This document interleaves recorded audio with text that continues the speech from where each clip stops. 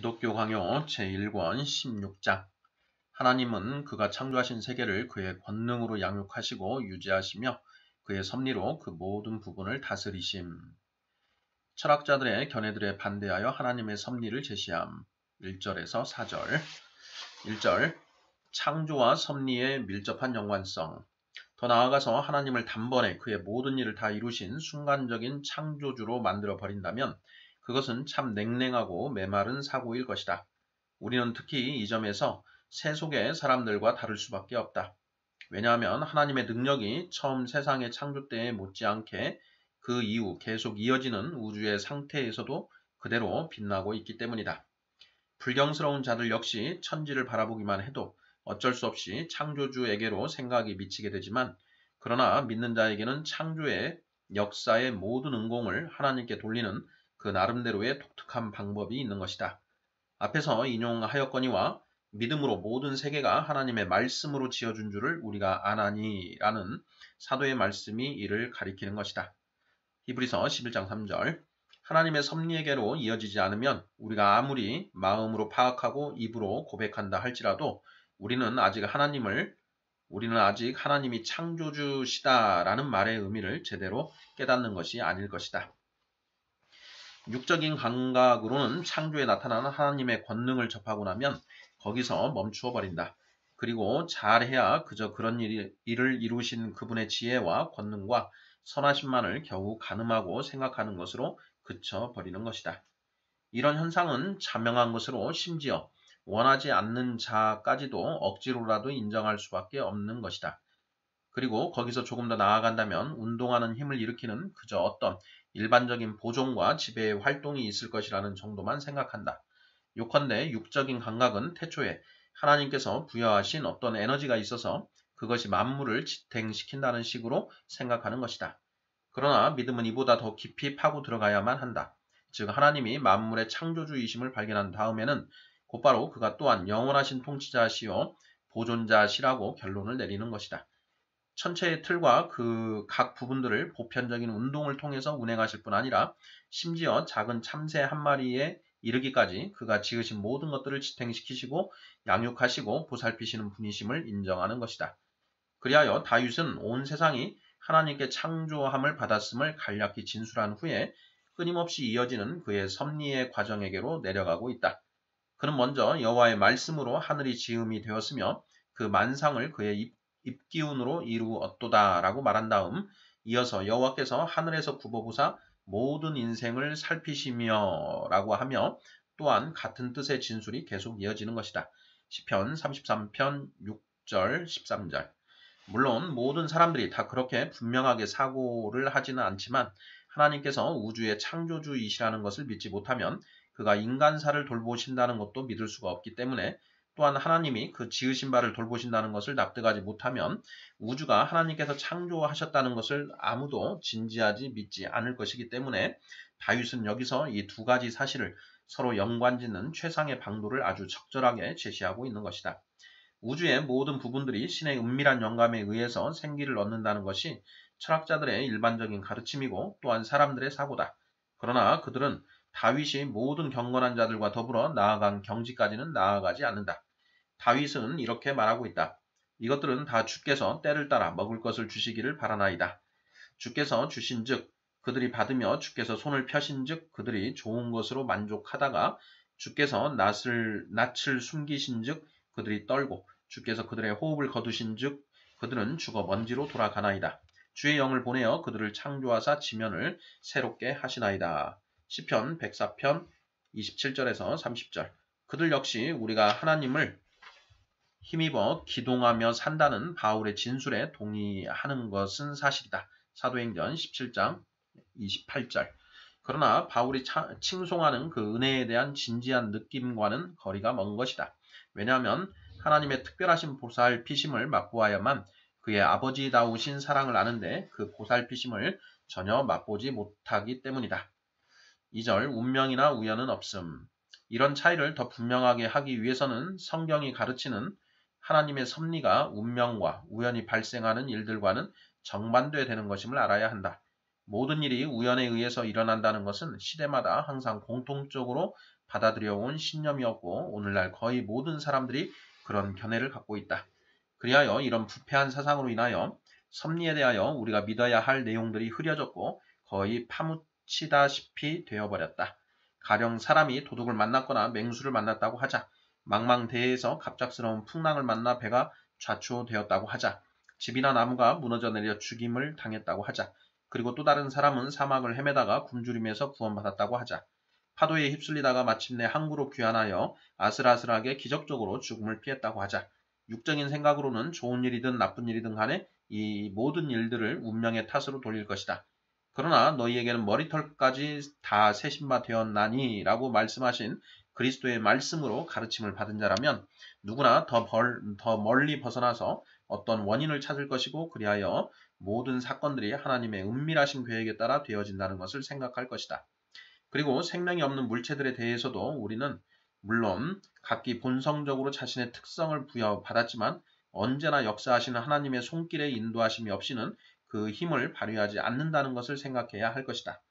따라서 그것들은 그저 도구들에 불과하며 하나님께서는 계속해서 그것들을 그의 뜻하시는 만큼 효력을 발휘하게 하시고 그 자신의 목적에 따라서 그것들을 이런저런 식으로 힘을 발휘하게 하시는 것이다.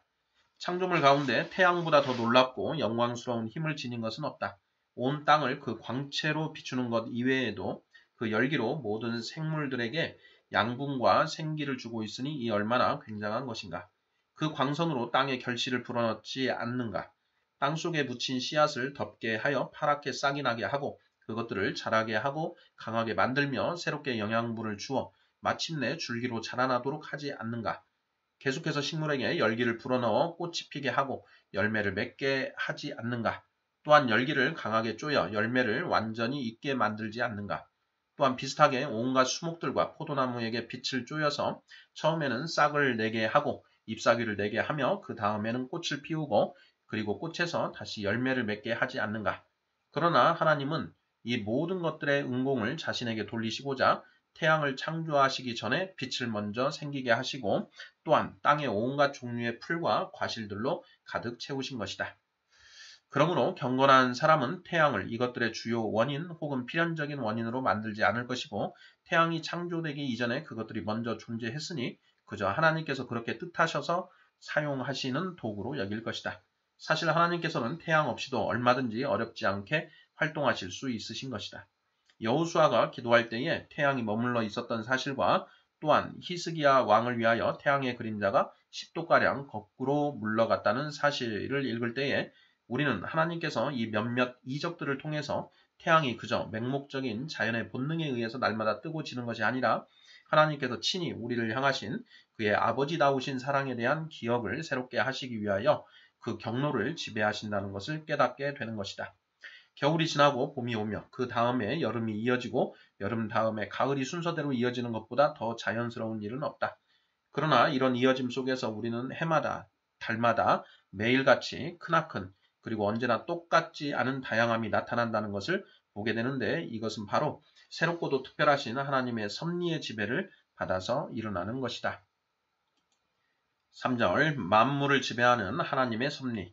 하나님께서는 스스로 전능하심을 말씀하시며 동시에 우리가 그의 전능하심을 인정하기를 원하신다.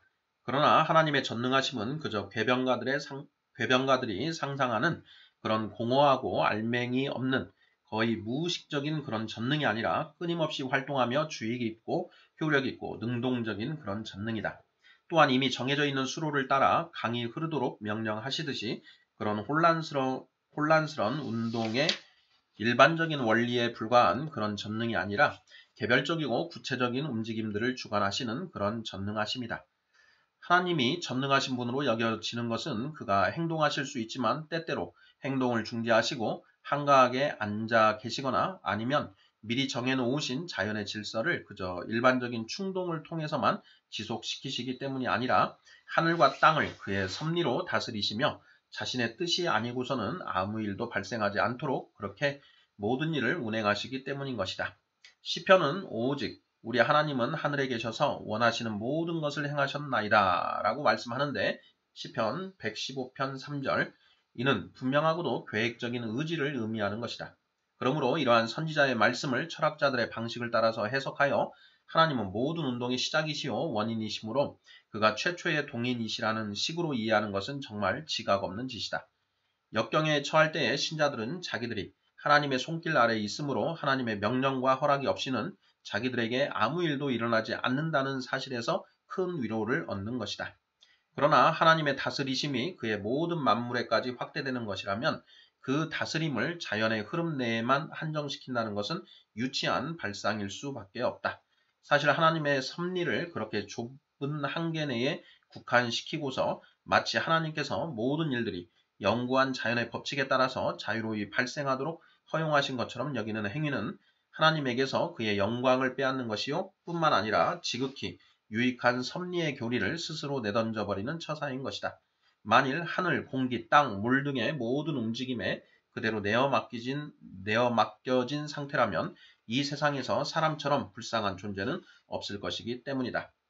뿐만 아니라 그런 식으로 생각하면 각 사람을 향한 하나님의 구체적인 선하심이 너무나도 하찮은 것으로 전락해버리고 마는 것이다. 다윗은 어머니의 젖을 먹는 갓난 아기들조차 하나님의 영광을 찬양한다고 외치고 있는데 이는 세상에 출생하자마자 하나님의 보살피심으로 말미암아 그들을 위하여 예비된 젖을 먹기 때문이다. 시편 8편 2절. 사실 어떤 어머니의 젖은 풍성하나 또 어떤 어머니의 젖은 거의 말라 있는 것이 현실이라는 사실을 우리가 경험으로 똑똑히 알고 또 한눈으로도 보고 있으나 하나님께서는 그의 뜻에 따라서 어떤 아기는 더욱 풍성하게 먹이시고 또 어떤 아기는 더 빈약하게 먹이신다는 것이 전반적인 사실로 드러나는 것이다.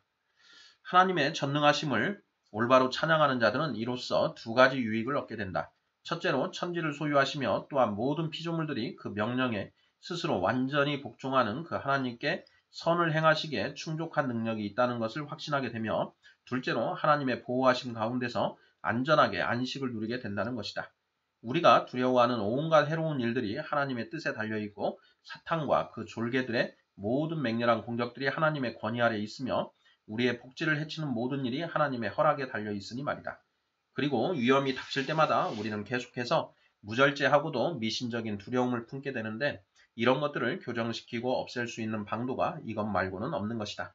만일 피조물들이 우리를 위협하거나 강제로 우리를 해칠 때마다 마치 그것들이 우리를 해칠 수 있는 독자적인 능력이 그것들에게 있기라도 한 것처럼 혹은 우리에게 우연히 해를 끼칠 수 있기라도 한 것처럼 혹은 우리를 도와서 그런 해로운 일을 당하지 않게 할 하나님의 능력이 모자라기라도 하는 것처럼 두려워 떤다면 그것은 정말 미신적으로 심약한 상태가 아닐 수 없다.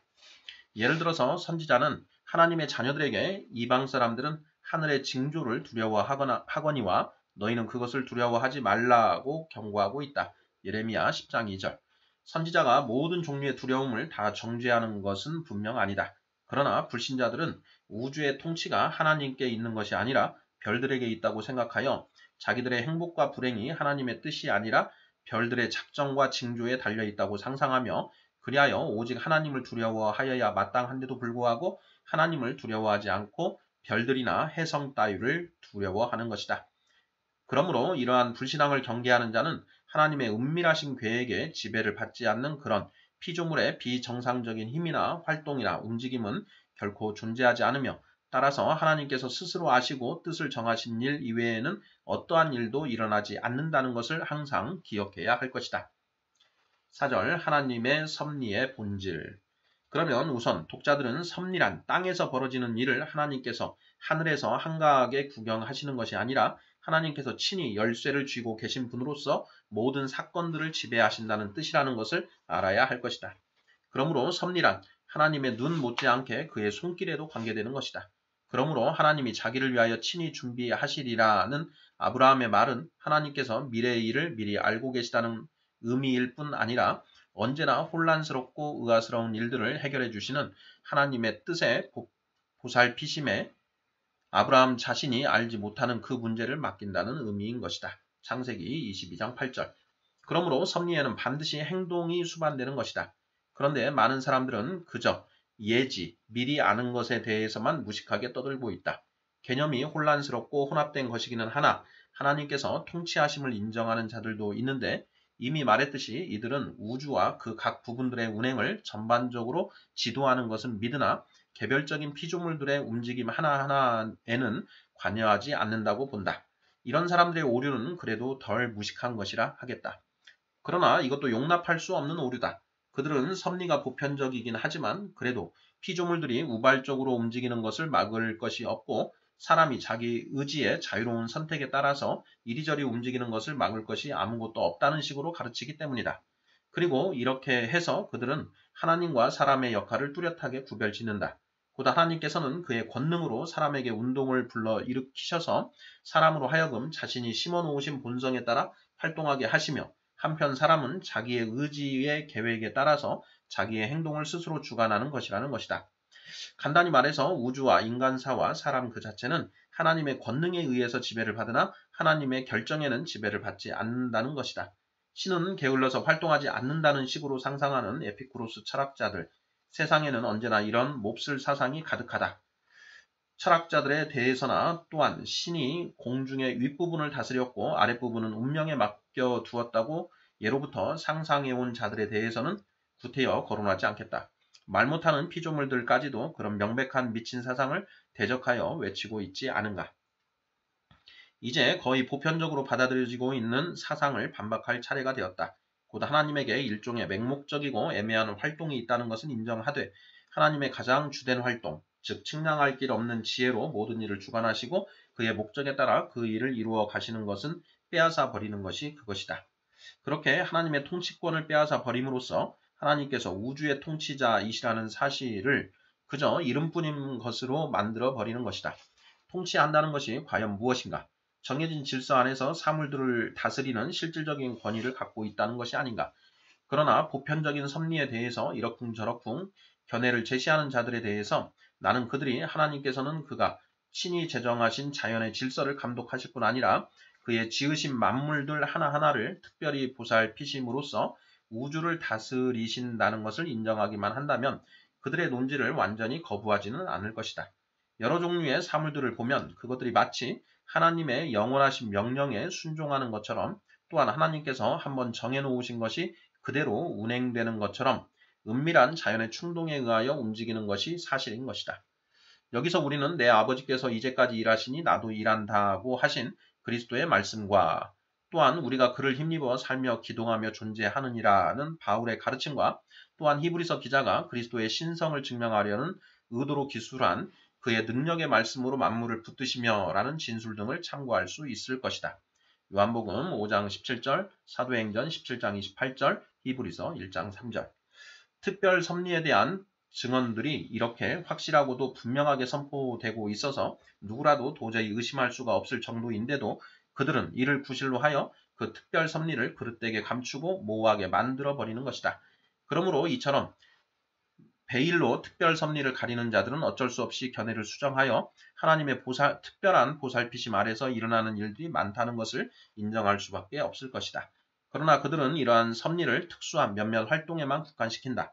그렇기 때문에 우리로서는 하나님께서 개개의 사건들을 주장하시며 따라서 모든 사건들이 하나님의 정하신 계획에서 비롯되므로 어떠한 일도 우연히 일어나지 않는다는 것을 입증해야 하는 것이다.